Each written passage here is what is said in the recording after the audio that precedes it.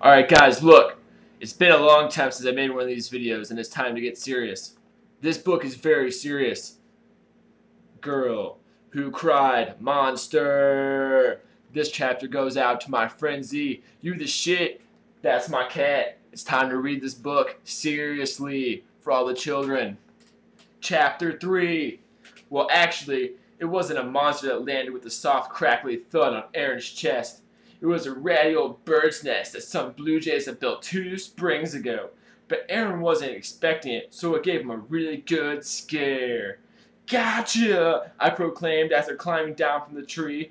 He scowled at me. His face was a little purple, which made his freckles look really weird.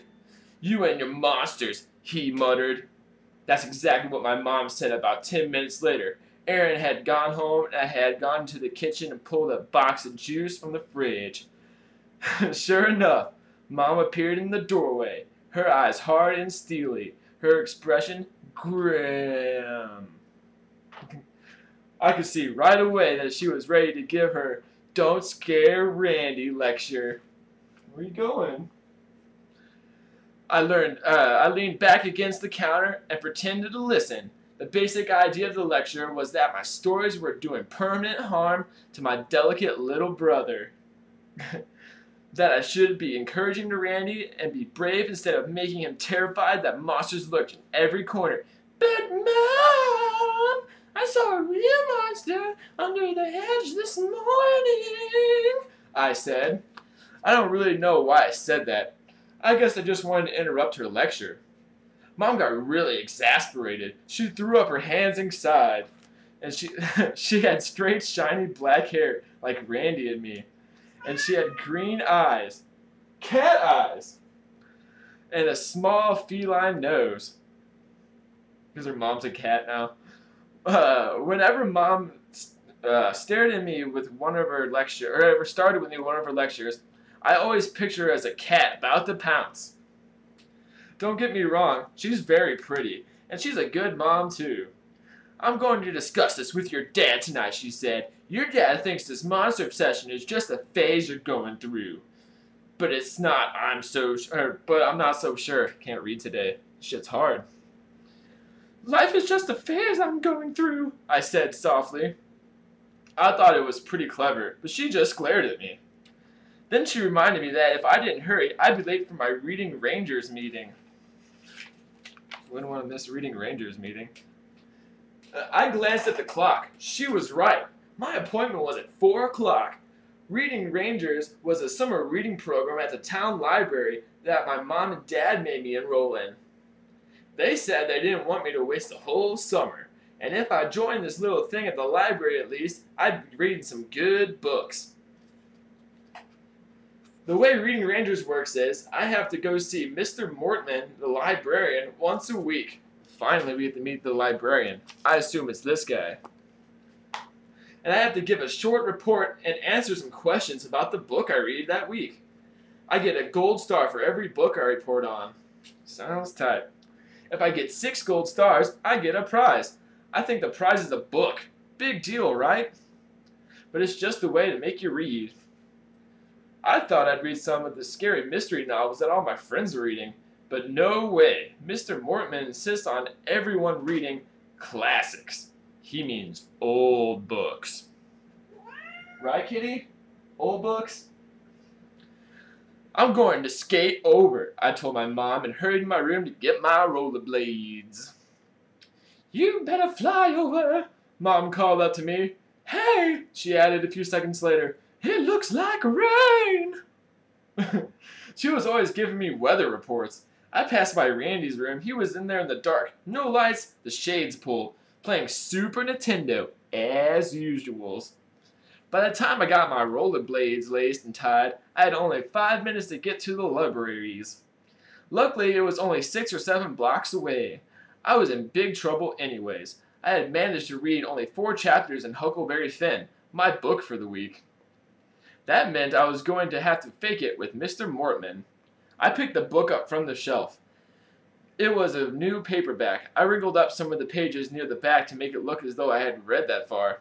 I tucked it into my backpack, along with a pair of sneakers. Then I made my way down the stairs, not easy in rollerblades, and headed to the Timberland Falls Town Library. Headed, that is. The library was a ramshackle old house in the edge of the Timberland woods. The house had belonged to some eccentric old hermit, and when he died he had no family, so he donated the house to the town. They turned it into a library. Some kids said the house had been haunted, but kids say that at most every creepy old house. The library did look like a perfect haunted house, though. It was 3 stories tall, dark shingled, with a dark pointy roof between the 2 turrets. The house had set back into the trees as if it were hiding there. It was always in the shade, always dark and cold inside. Inside, the old floorboards creaked beneath the thin carpet the town had put down. The high windows let in very little light, and the old wooden bookcases reached nearly to the ceiling. When I edged my way through the narrow aisles between the tall, dark shelves, I always felt as if they were about to close in on me. Foreshadowing? I had this frightening feeling that the shelves would lean in on me, cover me up, and I'd be buried in there in the darkness forever. Buried under 1,000 pounds of dusty, moldy, old books. But of course, that's just silly. It was just a very old house, very dark and damp, very creaky, not as clean as a library should be, lots of cobwebs and dust. Mr. Mortman did his best, I guess, but he was kind of creepy too. The thing all of us kids hated the most about him was that his hands always seemed to be wet.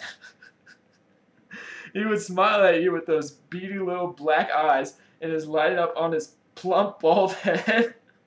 He would reach out and shake your hand, and his hand was always sopping. Ah! Ah! Sopping hands. When he turned the pages of the books, he'd leave wet fingerprints on the corners. His desktop always had small puddles on top, moist handprints on the leather desk protector. Leather desk protector? What the hell's a desk protector? He was short and round, with that shiny bald head and those tiny black eyes. He looked a lot like a mole, a wet-pawed mole. He spoke in a high, scratchy voice, nearly always whispered, and wasn't a bad guy, really. He just seemed like kids. He wasn't mean or anything, and he really liked books. He was just weird, that's all. He sat up on a tall wooden stool that made him hover over the enormous desk. He kept a deep aluminum pan on the side of his desk. Inside the pan were several little turtles, moving around in about 1 inch of water. My timid friends, I heard him call them once. Sometimes he'd pick up them and hold them in pudgy fingers high in the air until it tucked itself into a shell. Then he'd gently set it down and please smile on his flabby face. He sure loved his turtles. I guess they were okay as pets, but they were kind of smelly. I always tried to sit on the other side of the desk as far away from the turtle's pan as I can. Well, I skated to the library as fast as I could. I was only a few minutes late, then I skated to the cool side of the library driveway. The sky was clouding over. I sat down on the stone steps and pulled off the rollerblades. Then I quickly slid into my sneakers and carrying my rollerblades, I walked through the front door. It's a long chapter, y'all. Making my way through the stacks, the tall, narrow shelves at the back of the main reading room, I dropped the skates against the wall. Then I walked quickly through the aisles to Mr. Mortman's desk against the back wall. He heard my footsteps and immediately glanced up from the pile of books he was staring with a big rubber stamp. The ceiling light made his bald head shine like a lamp. He smiled. "Hi, Lucy," he said in a squeaky voice. "Be right there with you." I said hi and sat down in a folding chair in the front of the desk. I watched him stamp the books. He was wearing a gray turtleneck sweater, which made him look a lot like his pet turtles. It's good fashion sense there.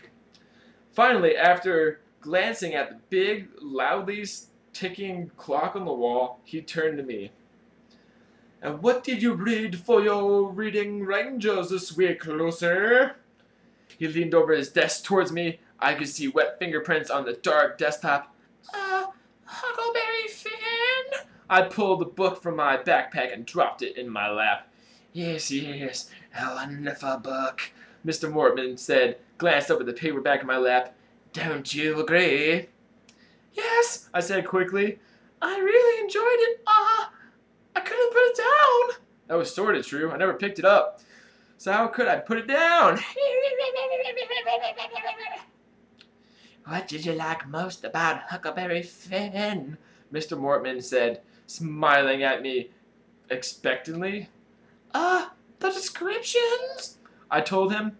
I had my Reading Ranger's gold star in my t-shirt pocket, and I had a new book in my backpack, Frankenstein, by Mary Shelley. Maybe I was reading Frankenstein out loud to Randy, I thought evilly. That would probably make his teeth chatter forever. The late afternoon sun was hidden behind spreading rain clouds. I had walked nearly all the way home when I realized I had forgotten my rollerblades. That's easy to forget. They're usually pretty small and light. So I turned around and went back. I wasn't sure how late the library stayed open. Mr. Mortman had seemed to be entirely alone in there. I hoped he hadn't decided to close up shop early. I really didn't want to leave my new rollerblades in there overnight. Who knows, he probably would skate in them all in his wet hands and his turtles and do grabs and shit off rails. That'd be tight. So tight. I stopped and stared up at the old library. Deep in the shade, it seemed to stare back at me, its dark windows like black, unblinking eyes. I climbed the stone steps, then hesitated. With my hands on the door, I had a sudden chill. Was it just from stepping up in the deep shade? No, it was from something else. I had a funny feeling, a bad feeling. I get those sometimes. A signal, a moment of unease. Like something bad is about to happen. Shaking it off, I pushed open the creaking old door and stepped into the musty darkness of the library.